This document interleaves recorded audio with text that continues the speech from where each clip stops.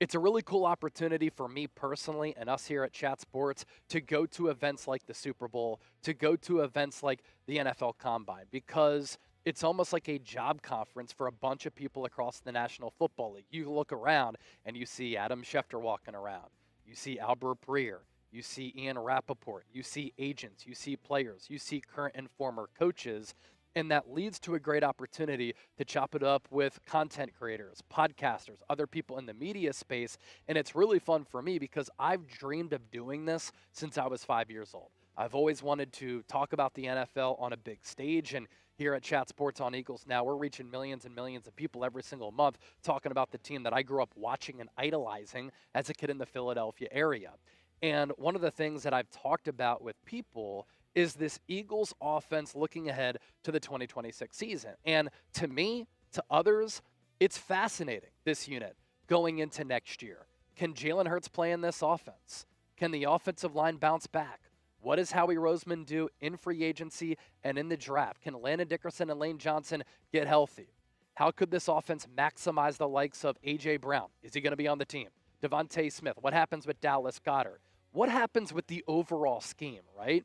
And so when the Eagles made that move to hire Shawn Manion as their new offensive coordinator, it caught a lot of people by surprise. He was playing as recently as 2023. He has 2 years of coaching experience.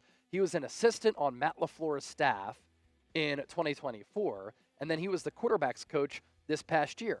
Now, he has a wealth of experience as a player and learning from some of the top offensive minds. And one thing that I've gathered at the Super Bowl, here at the Combine, is that a lot of people around the league think very highly of Shawn Manion.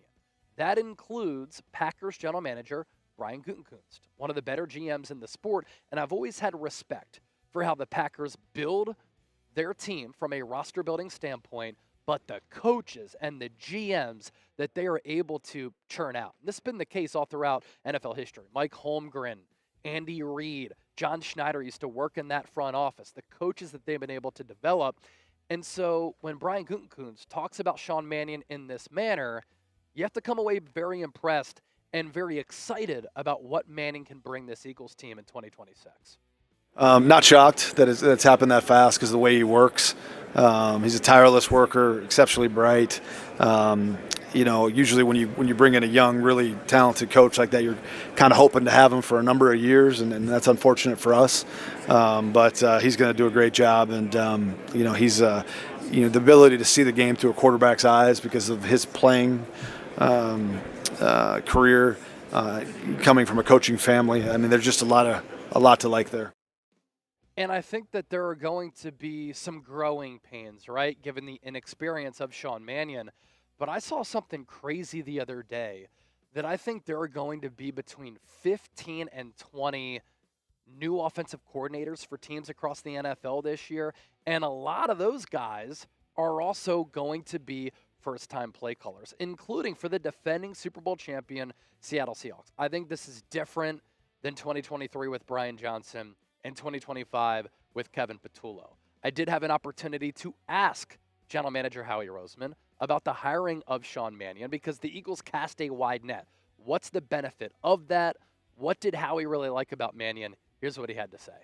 I think the more people you interview, just like when you go through this, when you watch a lot of players, it's easy to compare all those guys, And so for us, casting a wide net, being able to hear everyone's vision, have them articulate to us how it would fit our players, because it's always about our players. With Shawn, it was just the system of play that he wanted to run, how he was going to articulate it, how he was going to do that with all of our players was really exciting. I think he's got a tremendous future, and we got to help him by bringing good players. One thing that's become clear, being at the NFL Combine, is that the Eagles went into this search wanting to interview a bevy of candidates of different backgrounds. But I think all along they were very interested in bringing in a Sean McVay, Kyle Shanahan type of offense to Philadelphia because it's an offense that works. It's an offense that the Eagles have gone up against and have had difficulties in defending. Look at what happened in the wild card round against the San Francisco 49ers. This is a scheme that is a dual threat type of scheme, right? And I don't mean that from the quarterback standpoint necessarily. I mean it from the foundational concepts of wanting to run the football and establish the run, operating play action off of that, and having an effective pass game that works off of the run game. And I think that'll become clear for you once you hear what Nick Sirianni said here.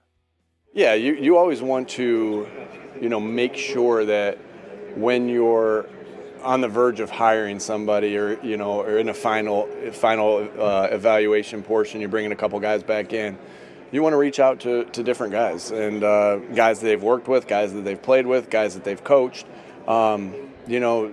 That's what you would expect. That's what to do for you when you go through a job interview. It's very similar. And so you're looking for common themes, and it was a common theme of everyone spoke very similar about Shawn, and you can imagine that those were glowing, reviews, which is one of the reasons. Obviously, we hired him because we thought he was, we got to the phone call situations where we're kind of going through that, and everyone had great things to say about him, the person he is, the coach he is, the football mind that he is, and so really excited about that. A question that many people have looking ahead to the 2026 season for the Eagles: can Jalen Hurts play in this complex Kyle Shanahan, Sean McVay, Matt LaFleur type of offense? It was a small sample size, but in 2025 when Jalen Hurts was under center, he had a passer rating of 113. And the people who I've talked to here in Indy, a little bit of a mixed bag.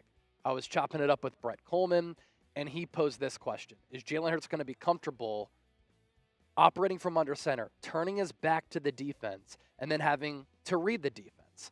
I was speaking with John Middlecoff, and a couple of years ago, he was talking to a Niners player at the time, and he asked him, could Hurts run this offense? That Niners player kind of laughed. Other people do think that Hurts can play in this offense, like Greg Cosell. Otherwise, the Eagles wouldn't have made this move. And here's what Howie Roseman had to say about the development and the growth of Jalen. One thing that we know, he's going to work his ass off to try to be really successful in this game. Well, he's always continuing to improve, work ethic, looking for ways, incremental ways to get better. This system, we think, is going to be really good for him as well as a lot of our other players. He's always looking for a system of play, and we think that we have that. And so just really excited to get him back in the spring and get the reps and continue to learn the principles that Shawn's looking to bring to our offense and go from there.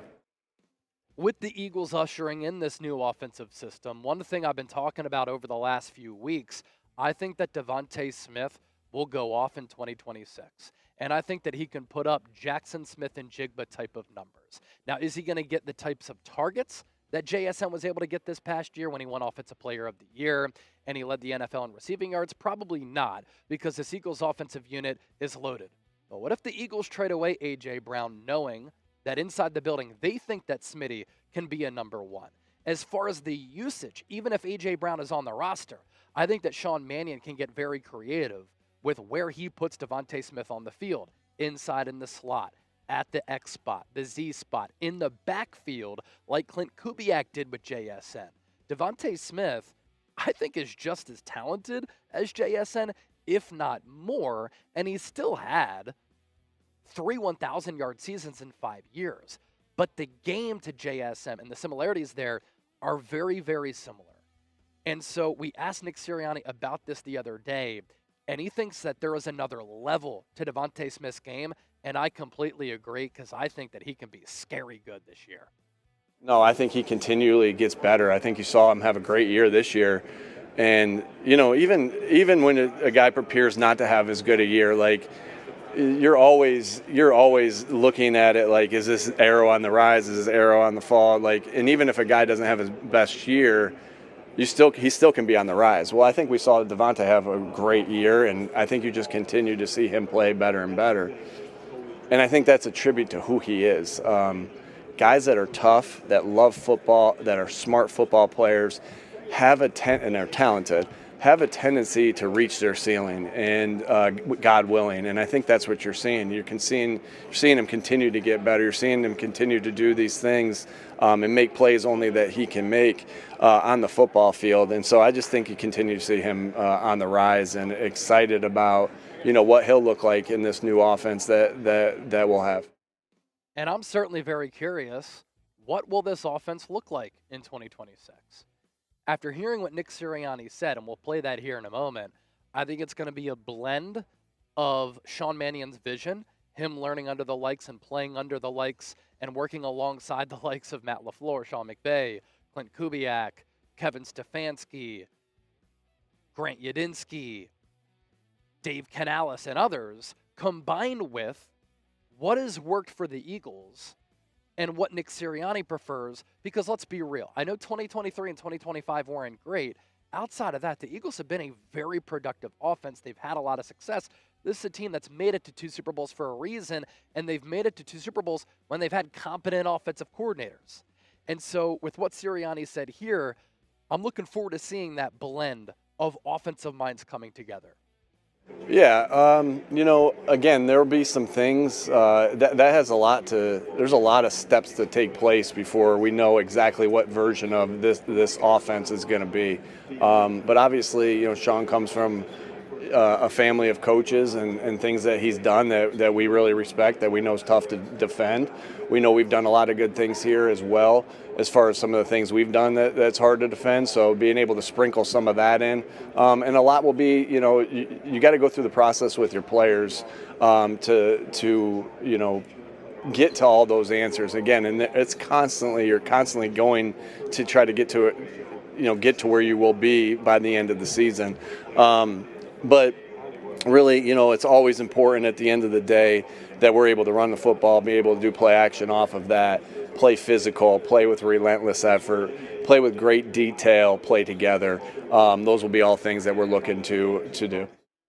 Bottom line here, I think this is great news for Eagles fans. And Eagles fans should be excited about the possibilities and the potential of this offensive unit in 2026 and beyond. And honestly, I'm looking forward to seeing Jalen Hurts get tested and challenged with this offense. I think he's needed it a little bit. For the last couple of years, a lot of Eagles fans, yours truly, we've been asking for the Eagles to have and introduce and implement a more modern day scheme, one that is more creative, more nuanced, that features more pre-snap motion and modern day elements. We're getting that this upcoming season, and hopefully this Eagles offensive unit will be very difficult to stop, paired with a defense that I still think is going to be extremely elite. All right, don't forget to hit that subscribe button. As always, thank you so much for supporting the content, watching the show. You're all the best. I love you. Go Birds.